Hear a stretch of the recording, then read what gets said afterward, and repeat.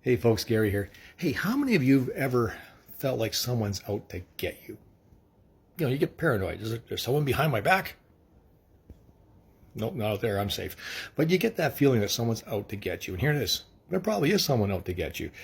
I don't want you to be paranoid about that, but we do have enemies in this world. This world is our enemy in a lot of ways. And Jesus talks about that. In John 15, verses 18 to 20, Jesus talks about what it means to be to be in the vine, to abide in him. You abide in him, you abide in all of it. And here's what he says in verse 18 he says, if the people of this world hate you, just remember that they hated me first. So that's comforting. Thanks, Jesus. Verse 18 says that. We're going on down to 19 and 20. If you belong to the world, the people would love you. Well, that just makes sense, right? If you belong to something, people love you, right? If you buy into a philosophy or a narrative, the people of that philosophy or that narrative love you because you're supporting what they're promoting. So they love that, right? But you don't belong to the world. I have chosen you to leave the world behind, and that is why its people hate you. Remember how I told you that a servant is not greater than their master? So if the people mistreated me, they will mistreat you.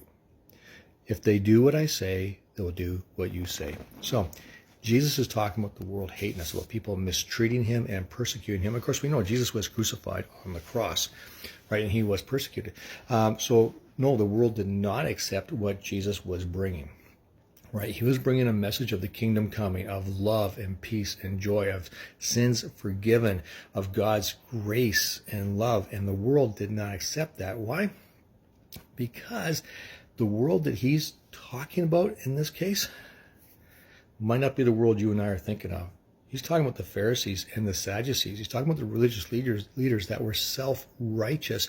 And when Jesus came with this message, they couldn't accept that, and they saw him as an enemy, and they mistreated him, and they hated him, and they hated the disciples as well. So much so they put a contract out on him, basically, and had him killed. So let's get this in focus here. We do have an enemy. There is an enemy that hates us. Sometimes it's religious establishments that don't like to have things pointed out that are obviously sin and an error, and they will hate you and they will destroy your life. That's really unfortunate. Other times it is the world. The world does hate you. It wants to go after you. Look at, we got a TV set right there.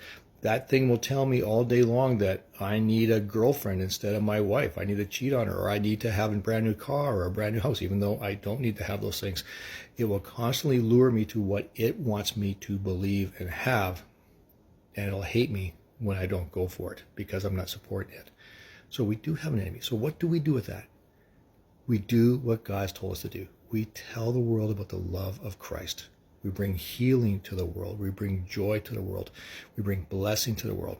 If the world's going to hate you, make sure it hates you because you're bringing a message of love and peace and joy.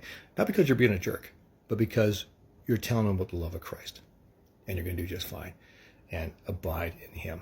You know what? Jesus has got you covered. Doesn't matter what people think.